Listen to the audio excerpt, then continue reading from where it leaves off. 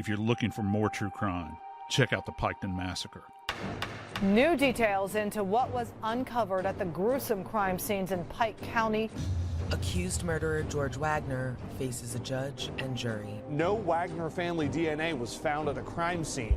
Will he face the death penalty or will he walk free? Mark my words, this case is about to blow wide open. Binge the entire season of the Piketon Massacre, Season 4, on the iHeartRadio app, Apple Podcast, or wherever you get your podcast.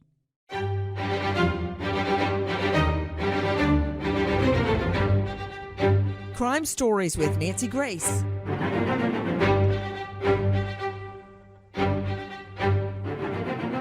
Three teens in a tiny Florida town of only 1,500, about 60 miles from Orlando. And police are saying there's not a serial killer. Then what is it?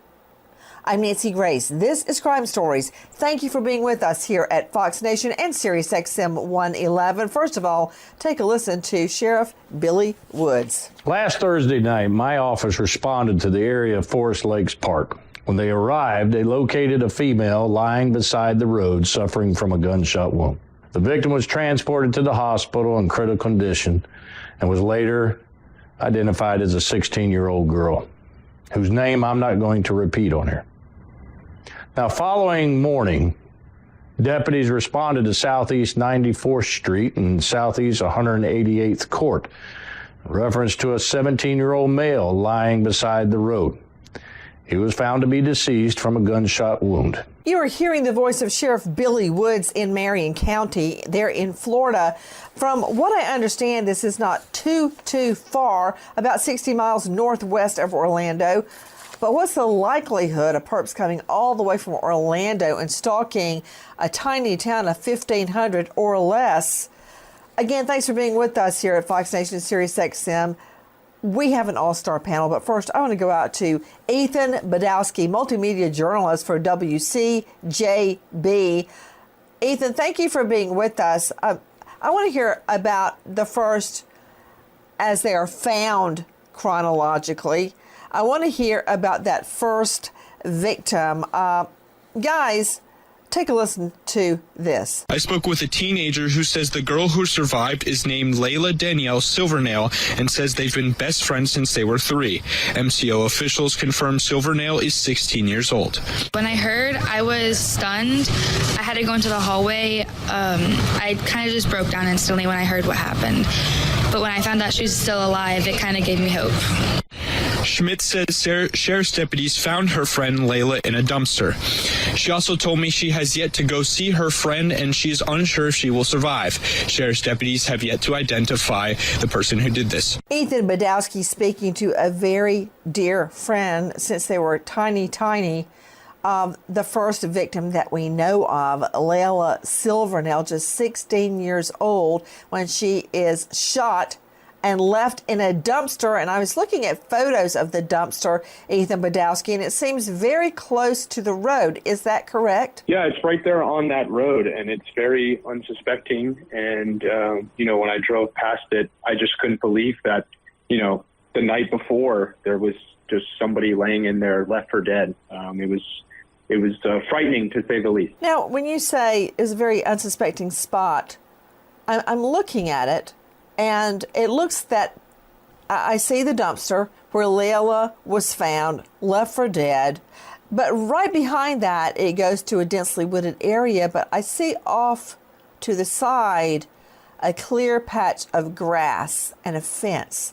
Is this a rural area? What's around the dumpster? Yeah, it's a very rural area, Nancy.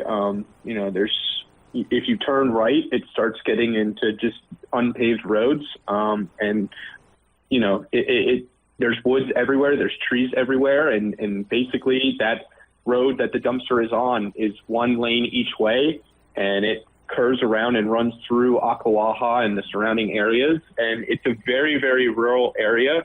There's not a lot around. There's a few restaurants and a few bars, but other than that, it's just a lot of trees and houses kind of mixed in here and there, but it is a very, very rural area. Ethan Madowski, then what is that grassy area with a fence to the left of the dumpster? To be honest, I can't exactly remember. There's kind of like, if I remember correctly, there was kind of like a parking lot right there. But, you know, it like I said, it's basically just grass and trees back there. And I saw when I was there, a sheriff walking around with like a metal detector, almost just kind of moving their way through the weeds and the trees and the branches and stuff in there. Okay. Searching for whatever they could. But yeah, it doesn't seem like, you know, much is going on over there. Okay. To Cheryl McCollum joining me, founder and director of the Cold Case Research Institute, also star of a hit podcast, Zone 7. Cheryl McCollum, first of all, congratulations for your recent induction into the Law Enforcement Hall of Fame. That's quite an accomplishment. Cheryl, the reason I'm asking is because I'm wondering if, by chance, that fenced area to the left is attached to some sort of business or home that could have video surveillance. And I'll tell you what they're doing with the metal detector. They're looking for a bullet. Absolutely. So if they can find a bullet and they can match it up to a gun, then you might be able to match that up to the killer. I mean, that's what, remember when Murdaugh was shot on the side of the road. And for those that can't see us, can only hear us, we're definitely using air quotes on that. Because if you find that bullet, you've gone a long way to finding the killer. That's what they're doing with the metal detector. I mean, but just think about it, Cheryl McCollum, shooting this girl and leaving her for dead in a dumpster. Absolutely. And Nancy, again, we don't know yet if she was shot in the car, outside the dumpster, or inside the dumpster. So they are trying to locate shell casings, bullets, or fragments so they can piece together what weapon this came out of, if they're ever able to recover a weapon. So they're doing their due diligence. To me, when you look to the left, it looks like a cattle grate, and it looks like a gate indicative of a farm of some sort. So again, what stuck out to me when I first saw this photograph is where that dumpster is, right by the roadway. So this could have been a quick disposal, and then they kept moving. It's also to the right of the roadway. So that says to me that this may be more than one person involved to work from the passenger side, not the driver's side. If we analyze the stark similarities between these and the two other attacks, the roadway becomes very important because the second body of a male, a young teen male, I don't know how they're saying these are not connected, is found by the side of the road. Take a listen to our friends at WCBJ. Both of the people were found on the side of the road, and deputies say one of them survived being shot in the head. Marion County Sheriff's deputies say they found the two people about 4 miles apart. A teenage girl was found last night near Forest Lakes Park on Southeast 183rd Avenue Road. The other, a man, was dead when deputies arrived early this morning. This was near Southeast 94th Street and 188th Court. Randy Kessler joining us, high-profile lawyer out of the Atlanta jurisdiction and law professor at esteemed Emory Law School, past chair of the ABA Family Law Section, and author of Divorce, Protect Yourself, Your Kids, and Your Future. Randy, you have handled a lot of criminal cases. I remember very well standing outside the courtroom during the middle of a plea and arraignment calendar and seeing you in the distance headed toward the courtroom. Randy Kessler, we all know that Florida has the death penalty and they're not afraid to use it.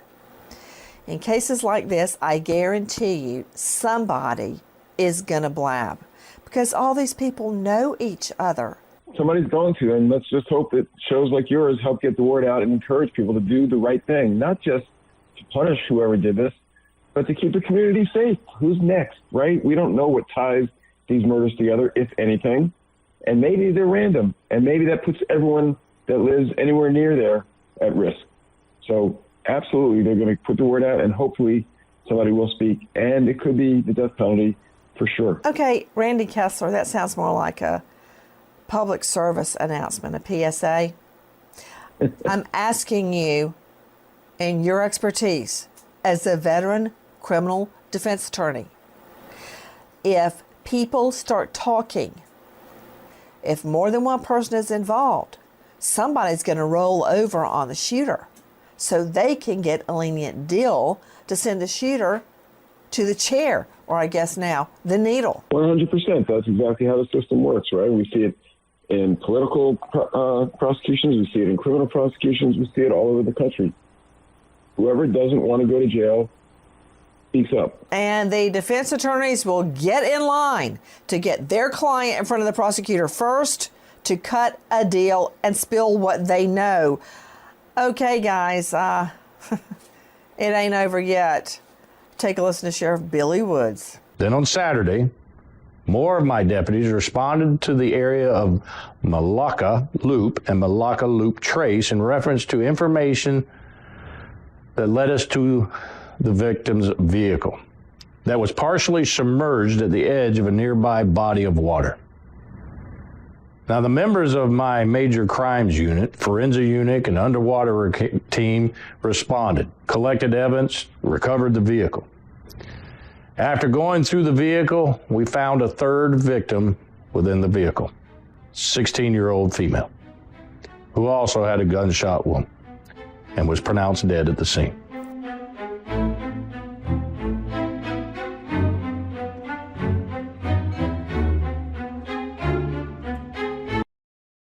If you're looking for more true crime, check out the Piketon Massacre. New details into what was uncovered at the gruesome crime scenes in Pike County.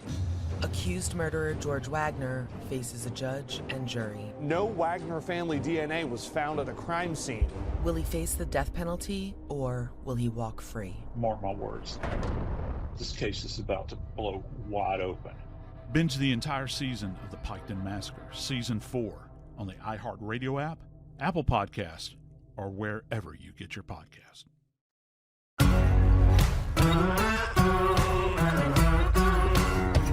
Crime Stories with Nancy Grace. Let me go to Ethan Badowski joining us, WCJB TV out of Gainesville, Florida. Victim number 3, another teen girl, is found in victim number 1's car, Layla's car, partially submerged in water. Yes. Okay, so they're definitely connected. Victim 3 is in victim 1's car, and they're submerged in water. And we're also, very carefully listened, I heard Sheriff Woods state a gunshot wound. So there's one gunshot, from what he's saying, in victim 3, the 16-year-old little girl. Yeah, this was obviously shocking when I come in Monday morning after the weekend, and I saw Sunday night that there had been a big update and that they had found somebody else, and it was just shocking. And obviously when you hear that it was the first victim's car, your mind just races with the possibilities that this could be, and obviously now you're putting the dots together that these are connected. And it was just quite shocking. And the area that she was in, there are houses under construction all around this pond that was just out in the middle. And all of a sudden they're pulling a car with a body out of this very, this area with a lot of housing that's being built right there. It's stunning. It was absolutely stunning when this happened. Well, to Dr. Dana Anderson joining us, forensic psychologist, you can find Dr. Anderson at psychologydoctor.com. Dr. Anderson, thank you for being with us. Clearly, this is someone that knows the area. They know where this off the beaten track dumpster is located. You heard Ethan Badowski from WCJB describing it turns into nothing but dirt roads surrounded by densely wooded acreage. There's that. Then, as he's describing this pond, sounds to me like, and Ethan, please correct me if I'm wrong, it's in the middle of what looks to be a subdivision being built. Who would know about that being there? An obscure pond in the middle of a half-built subdivision. And then the middle victim, and I'm speaking as we have found the victims chronologically, because Dr. Jan Gorniak, medical examiner, is going to have to explain how can you tell who was actually shot first? Not who was found first, but who was shot first. This has got to be, Dr. Dana Anderson, somebody that knows this area really well. I mean, think about it. Think about it, Dr. Dana Anderson. 3 miles from you, do you know about a small pond in the middle of a half-built subdivision? I don't. Yeah, well, they may just be giving themselves away because people are opportunists, and we know what we know. And if you think about if this is somebody close in age to these teenagers, so they have limited insight or limited knowledge, they utilize resources around them, and they're going to go for convenience.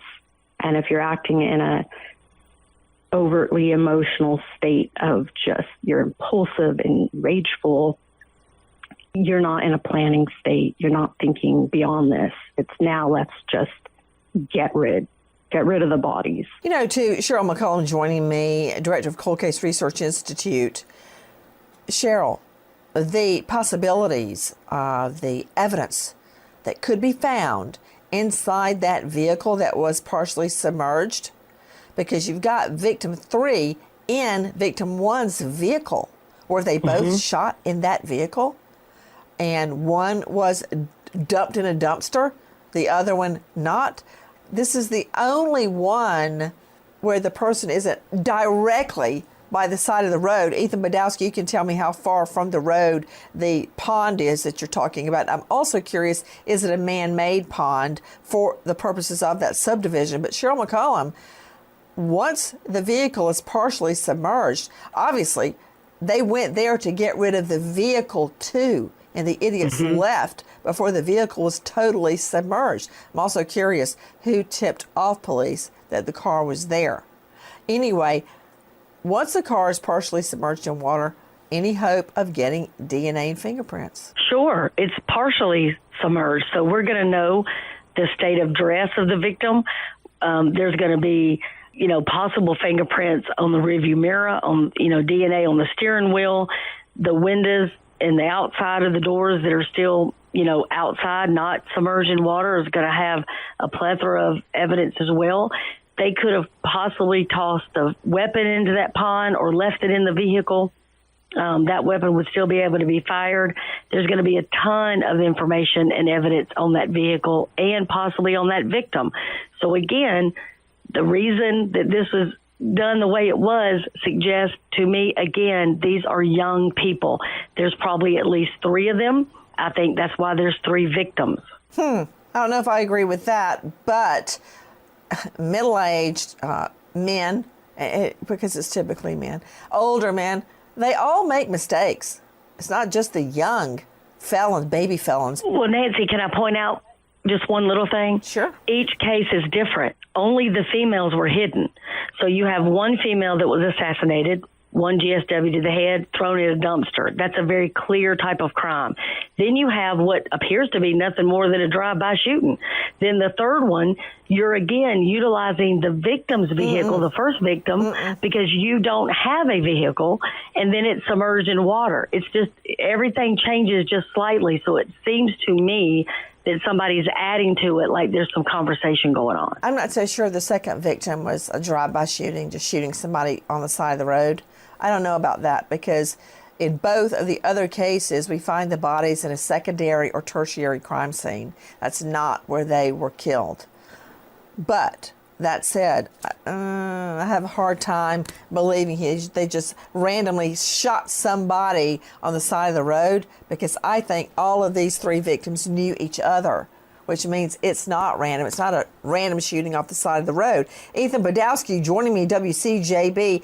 Is this a man-made pond? Has it always been there, time immemorial, or was it created as a focal point for this subdivision? Yeah, I believe that this was a man-made pond. It's pretty perfectly circular, and if you look on the maps, all the other kind of lakes or ponds around it have names on them, and this one doesn't. The other thing I'll say, Nancy, is that I left out last time I spoke, is that this subdivision, you were talking about how far it is from the other crime scenes.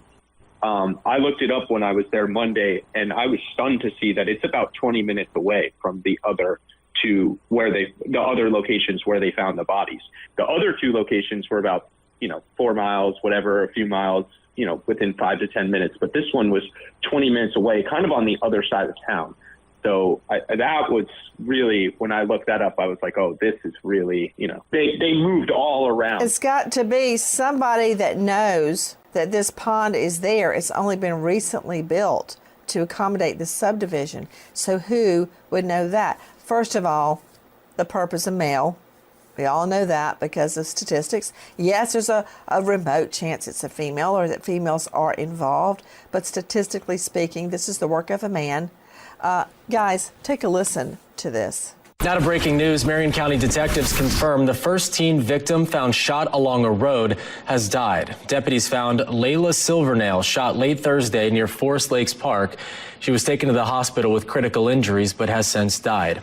Deputies say hours after finding Silvernail, they found a 17-year-old boy dead just miles away. They say he had also been shot. And on Saturday, deputies found Silvernail's vehicle partially submerged in a pond east of Lake Weir. Inside, they found the body of a 16-year-old who they say had also been shot. I'm wondering if they've been able to recover the bullets or if the victims were shot through and through, so there's no bullet lodged in their body. To Dr. Jan Gorniak, renowned medical examiner joining us out of Clark County, that's Vegas, board-certified forensic pathologist, medical examiner. Dr. Gorniak, thanks so much for being with us. Is there any way to pinpoint the time of death, or at least which victim was killed first? Great questions, and unfortunately, no. When people are found safely outside or in the water, the elements around them are going to change the rate of decomposition. So depending on how long they were outside, how long they were in the car, was the body in water also? I'm not sure where the body was in the car. Being partially submerged doesn't mean that she, was in contact with water. But so they all could have, we can speculate all day, can't we? So it's difficult. They all could have been in the car, right, at one point, and then dumped along the way. And then unfortunately, the last young lady that left in the car. So no, we can't tell who was first just because they're all separate. And at what time. So yeah, this is a very difficult case to be able to put back together for the law enforcement. Unfortunately, the medical examiner autopsies won't be able to help them in that aspect. But you also made a great point, or the projectiles. If the projectiles are still in the bodies, that will be great evidence. But if not, then law enforcement has a heavy lift ahead of them. I assume, Dr. Jan Gorniak, that a rape kit would be performed on both the women at least? Depending on how they're clothed or how they're dressed, I know in some jurisdictions that all female homicide victims get a sexual assault kit. I'm not sure. So it just depends on jurisdiction. It depends on if law enforcement requests it. And then once again, the person who's in the water, that might, alter the result. But I would say yes, just depending on the circumstances. To Ethan Badowski joining us, WCJB, do we know if rape kits were conducted on the three victims, especially to the two females, and how do they know each other? There's 1,500 people in the town. They had to go to school together. Yeah, I can't say whether rape kits were administered or not. I don't know that. But what we do know is that these two did go to school together. They both attended Lake Weir High School. Layla had recently gone to homeschooling. She had left Lake Weir in January. We also now know that one of the victims has been identified. The third victim has been identified as Camille Quarles. She also attended Lake Weir High School. So these two did go to high school together, but obviously we don't know about the male victim because he has not been identified yet. The two females, 16, they both went to the same school together, Layla Silvernail, Camille Quarles, and the unnamed 17-year-old boy. Ethan, how many high schools are there in this small town? There can't be that many. Yeah, so basically the two in Ocklawaha that they would send their kids to are Forest High School or Lake Weir High School.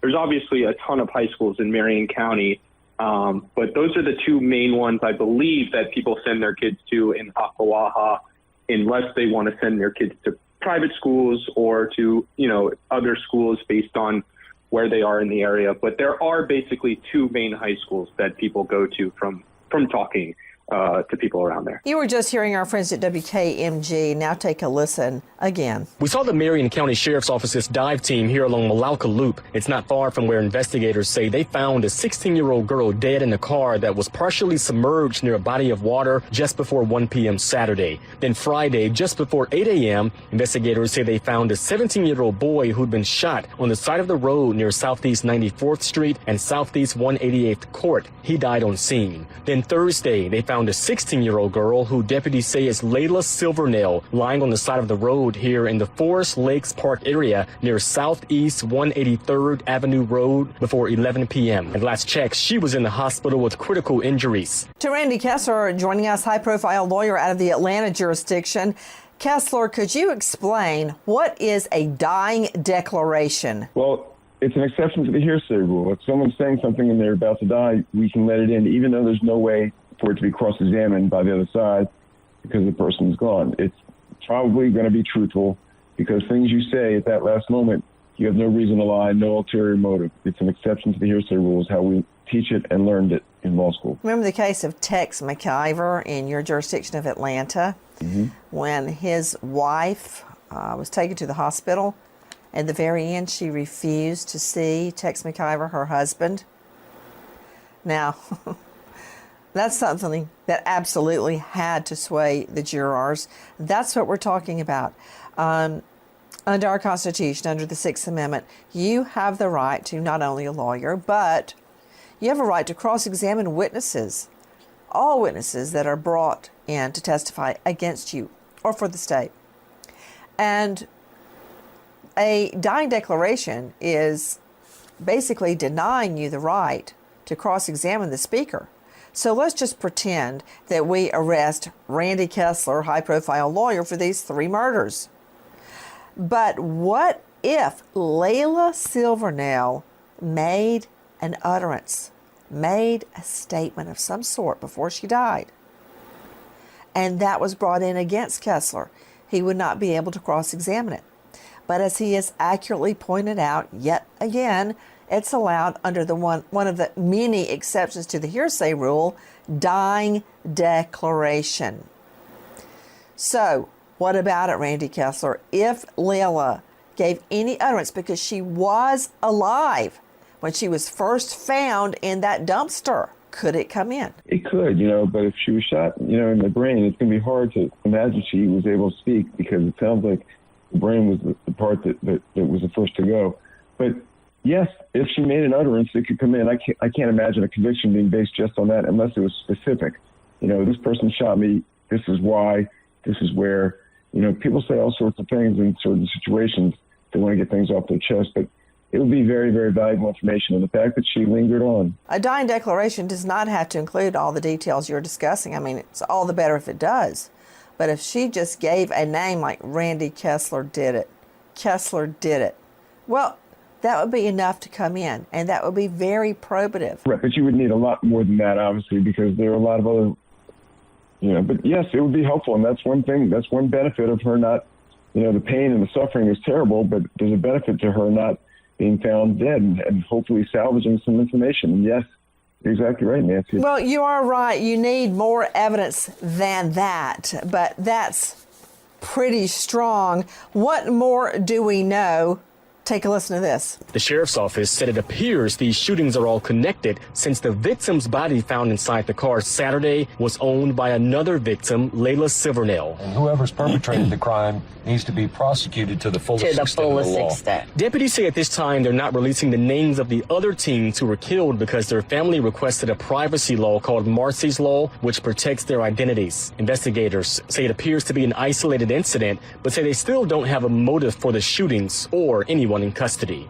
Detectives say this case is active and ongoing. If you can help in this investigation, call the Marion County Sheriff's Office right away. We're going to keep asking questions to find out what happened. Cheryl McCollum, we've heard that so often. This is an isolated incident. Remember, we heard that after the 4 University of Idaho students were slaughtered, that at first law enforcement said, yeah, no need to worry, because this was targeted.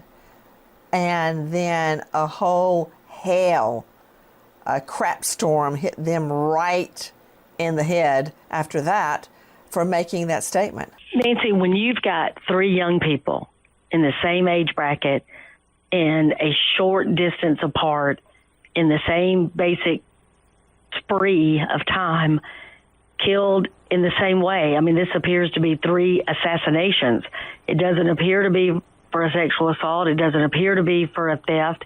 It seems like the only goal here was to murder. So you have to think these 3 are isolated. These 3 are together. They could have even been shot in the same car. Could have been a carjacking. Absolutely, it could have been. But to control 3 people at the same time through this span of time, through this many miles of driving, it would be unlikely to me for it to be one perpetrator. Again, this screams to me this was more than one person. I think they were young, like 15 to 18.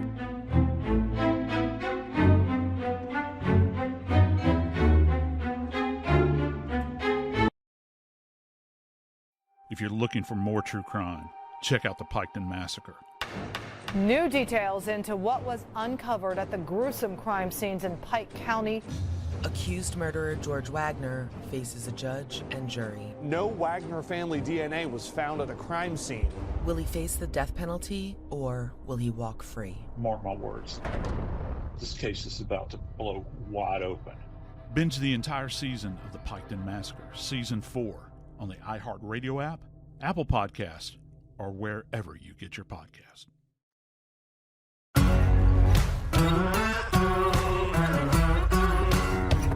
Crime Stories with Nancy Grace. To you, Ethan Badowski, joining us on WCJB TV. I'm very curious. If these 3 know each other, that says to me that very possibly the killer knew them. These are not just a random series of attacks. What is Marsy's Law that we're hearing about, and why? Of course, the first victim we heard about, Layla Silvernail's name was published. Then we heard about the teen boy and the teen girl. Their names remained secret because of Marsy's Law. But now the third girl that was in the car has been named as Camille Quarrel. Yeah, so Marsy's Law basically allows the families of victims to protect their identity, protect any identifying information. So still there is no identifying information except for 17-year-old male about the second victim. But the reason we know the third victim is because the family started a GoFundMe. So that information has become public through them. And they mentioned in the GoFundMe page, if you read it, it says Camille was killed along with her 2 friends on March 30th, 2023. So that is how we know the identity of the third victim. But within Florida, Marsy's Law basically protects people from allows families to not give any identifying information out to the public. Now, that wording, to Dr. Dana Anderson, our forensic psychologist joining us today, that wording, our daughter was killed along with her 2 friends, suggests, well, it confirms the 3 victims, all 3 of them, not just the 2 females, but all 3 of them were close. They didn't say acquaintances. They didn't say classmates. The family said friends. And it almost makes it sound as if they were killed at the same time, killed along with her 2 friends. Yes, that could be. So obviously they all knew each other. So that means they hung out together. Does that mean they went to the same school together? You know, what I always think, what is the ingredient for this breeding ground for someone to have to feel like they have to eliminate another person? Like, what happened in this relationship? Like, what, it was personal. if you know them. This, as the community is taking precautions to protect their families. Listen to our friends WCBJ. Some families are taking more safety precautions while deputies search for a suspect. They don't ride the four-wheeler anymore as of all this going on, because that's exactly where when they found the car is exactly where I let them go. And then right next to it is a retention pond. They go and they ride their four-wheeler. They check in. I can see them. I track them on my phone on my app. And now you're not going anywhere alone, period. Sheriff Billy Woods is asking for help. Now, we're looking for help. We're looking for help for the families who have lost a loved one. And there are folks out there that know. The tip line is 352-368-3542. Repeat, 352-368-3542. As fears of a serial killer run rampant through the community following the deaths of 3 teens, law enforcement is taking great pains to say, no, it's not a serial killer. Take a listen to Sheriff Billy Woods. Now, one of the things I want to start with is I want to stop the rumors that are on social media. One of the rumors is that there's a 4th victim. As of right now, there is not. Nor do we have any information to indicate that we do, unless you know something that we don't. And that means you're not helping us. If you do know more, you need to call us. Give us that information. Now, the second rumor I want to address is the idea that there is a serial killer out there. That is far from the truth. Now, I have the facts of what we know right now, and I can give you that assurance. That tells me that somehow they've got a line on the killer, and don't expect more murders. Here's more from Sheriff Woods. So do not speculate on social media, because one of the things I want each of you to think of and try to remember when you start to type is that there are family members out there reading it. And some of you make up, and it's devastating to that family, and you need to stop. But however, you can help us. You can provide us this information. Call us. Now, there's things that we cannot tell you, can't tell the media, some things we can't even tell the family members. One, because the law does not allow us to do it, Marcy's law. And then 2, the integrity of the case itself, to ensure that we can build a solid case against this individual that committed these crimes. This individual, that says to me, he believes there's one killer. If he knew differently, he would have said this individual or individuals. You know, back to you, Ethan Badowski, WCJB. What led to Sheriff Woods' reprimand regarding social media? Yeah, there were a lot of rumors flying around in Ocklawaha. You have to remember, this is a very small town, very small community. Everybody kind of knows each other. And I remember getting into the office on Monday and, my assignment manager, Amber Jackson, telling me that there are rumors flying around. There's a 4th victim. There's this going on. All kinds of people commenting all over Facebook, all these things that they had seen. And then Marion County Sheriff's Department Monday morning released a basically rumor control, that's what they called it, Facebook post, where they shut down a lot of these rumors that were flying around on Facebook. What rumors? As he said in the in that quote we just heard, that there was a 4th victim, that there's a serial killer out there.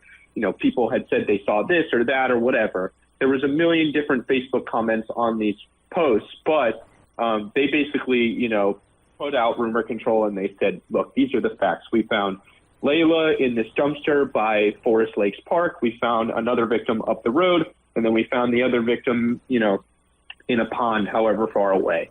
So they basically put a stop to a lot of the things that were flying around. And I'm sure there are still things flying around because, again, it's a very small town, a lot of people talking to each other, playing telephone with each other. But at the end of the day, the Sheriff's Department has said, that it's not a serial killer. There is no 4th victim, and that's what we have to go with, I believe, personally. And there is a working theory. Listen carefully, and you hear more facts about the events leading up to the 3 murders. Listen to the sheriff. All of our victims are known or were known to know each other and were together leading up to the incident itself. As far as all the information we have, yes, they are friends, okay? And the other thing that I'll hit on real quickly is that the detectives also have information that it's possibly tied to what we classify as hybrid gangs. Okay? As what, I'm sorry? Hybrid gangs. What is that? A wannabe gang. You want me to? I'll use a little more plain English for everybody. A wannabe gangs is what they are. Which means there may not have been any real motive other than the thrill kill, the desire to be in a gang. Randy Kessler joining me, high-profile lawyer out of Atlanta. Do you remember the Doom Gang as it reared its ugly head in inner city Atlanta? Yeah, and look, there's a 9-month trial going on now in Atlanta. There's tons of gang trials. That's sort of a thing, right? Be part of a gang, shoot somebody, and that elevates you. Yeah, it elevates you within the gang. I guess it elevates you when you get behind bars, too. I remember Doom in particular because it was the first gang-related killing that I'd seen in the office, and what they did to the victim was just awful, beyond anything I'd ever seen before. You know, we're hearing a lot regarding a possible motive, and we're learning that the 3 victims were together leading up to the murders. Ethan Badowski, what can you tell me about law enforcement possibly speaking to a purported POI, person of interest? Yes. So yesterday, Sheriff Woods held that press conference, and you can read more of our reporting that Layla Silvernail, one of our reporters, did a great job. And she just, basically reported from what Sheriff Woods stated that they do have at least one person of interest out there. They do have suspects. I'm not sure if they have been able to speak with them or if they've, brought them in. But we do know that there are people of interest within this case, and they seem to be honing in on at least one or two. Dr. Jan Gorniak, what could be found on the bodies that could be traced back to the killer or killers? Well, anytime we process a homicide victim, we're collecting fingernails, the fingernail clippings, just in case there might be some DNA underneath the fingernails. We will, obviously, if there's the projectile there, we can probably trace it back and give that evidence over to law enforcement. But mostly, if there's anything else on the body, we're going to look to see if there's bite marks, possibly. I'm not sure there'll be any in this particular case. But if there's any injuries to the person's hands or anywhere on their body, maybe their neck also, we might be able to swab that for DNA.